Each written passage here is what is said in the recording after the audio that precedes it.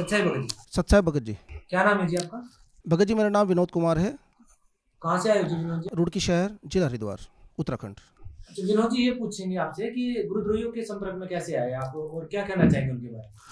भगत जी, जैसे कि सभी जानते हैं कि जो हमारा कांड हुआ था यहाँ पे बरवाला कांड, उसके बाद जैसे हमारे परमात्मा आश्रम से चले गए थे, उन्हें जो हुआ था, तो उसका जो है संजय ने और पवन ने उसका जो है लाभ उठाया और वो रुड़की शहर में आए। और रुड़की शहर में आकर के जो स्थिति यहाँ पर हुई थी आश्रम के अंदर, उसका उन्होंने लाभ उठाने की कोशिश की।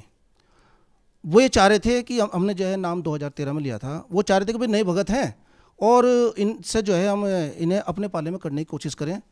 और जो स्थितियाँ आश्रम की थी, हम तो वहाँ आश्रम में गए नहीं थे, तो उन्होंने जो है हमें आश्रम के बारे में और बातें बताई और वो कहने लगे भाई हम सच्चे हैं और जो अभी मैनेजमेंट है वो सही तरीके से सेवा नहीं कर रहा है, वो गलत है, हम सही हैं, आप हमारे साथ दो और हम जो हैं परमात्मा की जो है जमानत कराएंगे।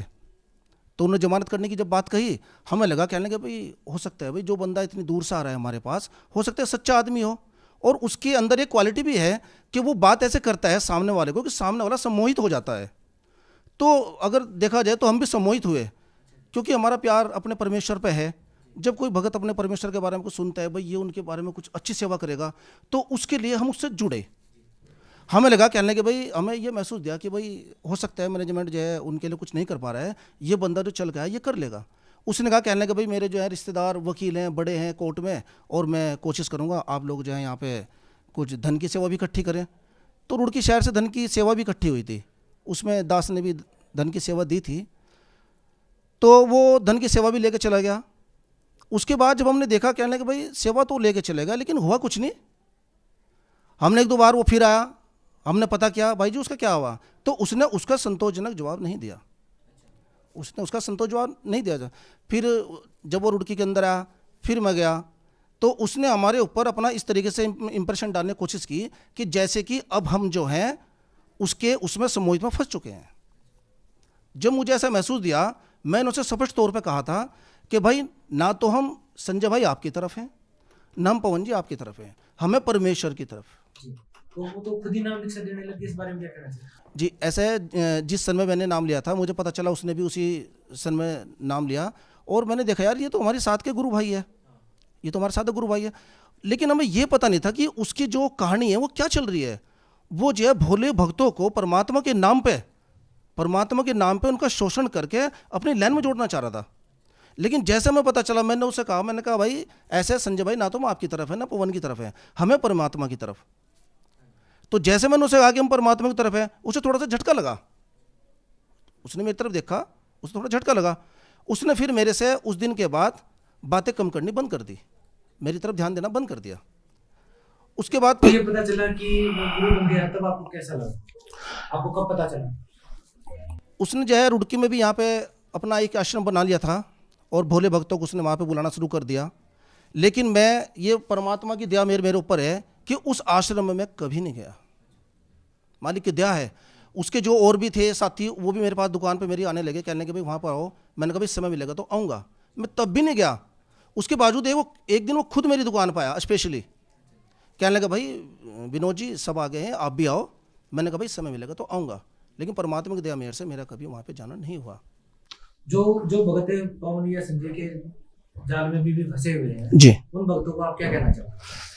भगत जी मेरी सभी से प्रार्थना है, सभी से हाथ जोड़ के प्रार्थना है कि अपने परमेश्वर की तरफ देखें, उनके वचनों को देखें, उनके जो सत्संग आ रहे उन्हें सुने। ये तो ठग हैं, ये ठग हैं, इनके चंगुल से बचें। क्यों अपना जीवन बर्बाद कर रहे हैं?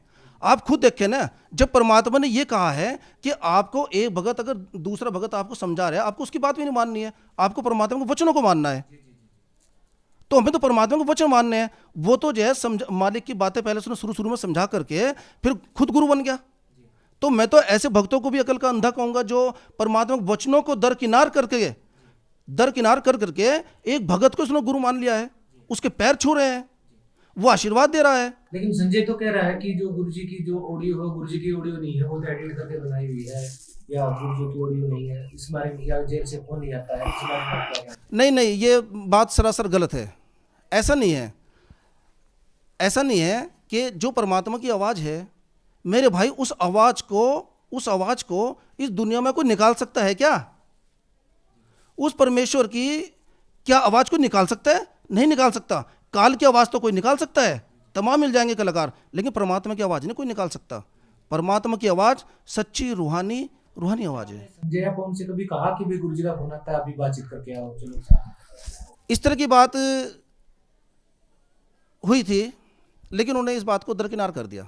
वो बात करने के लिए तैयार नहीं? वो परमात्मा के वहाँ से इस तरह की बात हुई थी, कहने भाई परमात्मा के वहाँ चलते हैं, जैसे सब लोग जा रहे हैं, माफ़ी मांग लेंगे, और तो उन्होंने इस बात को दरकिनार कर दिया। मतलब माफी मांग लेंगे मतलब? मेरा विचार था, ये मेरा अपना व्यक्तिगत विचार था कि भाई वहाँ पे चलते हैं और मालिक से माफ़ी मांग लेते हैं कि मालिक हमारे से गलती होगी, हम दोबारा से फिर जाए उसमें आना चाहते हैं, लेकिन मेरी बात को दरकिनार कर दिया गया। अच्छा, आपकी बात को नहीं माना? मेरी बात को उन्होंने नहीं माना। अच्छा, आपको कैसा लगा जब गुरुजी से आपकी बातचीत हुई तो? मुझे तो बहुत अच्छा लगा, जीवन ही चेंज हो गया, जीवन ही चेंज हो गया। और जो मैं थोड़ा बहुत समय इनके साथ रहा उसका मुझे बहुत पछतावा हुआ, मुझे बहुत पछतावा। अंत में जी भगत समाज को कुछ कहना चाहेंगे, जो भगत जो उनके जाल में फंस गए हैं गलती से, उनको आप लास्ट में क्या कहना चाहेंगे, कैसे उनके चुंगल से दूर हो सकते हैं? भगत जी, मेरी जितने भी भगत उनके चंगुल में फंसे हुए हैं, मेरी उनसे हाथ जोड़ के करबत प्रार्थना है कि वो मालिक के सत्संग सुने, उनके वचनों को माने, और जो मालिक ने वचन सुना रखे हैं कि इस धरती पे सिर्फ मैं ही आया हुआ हूँ, और मेरे अलावा ना तो कोई सत्संग कर सकता, ना कोई नाम दे सकता।